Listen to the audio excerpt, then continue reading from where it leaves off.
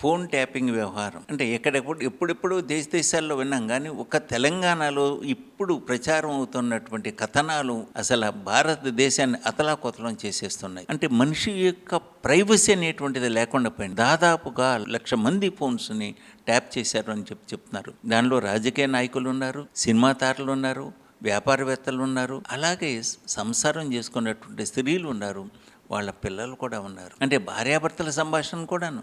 అంటే ఎవరిని వదిలిపెట్టలేదు.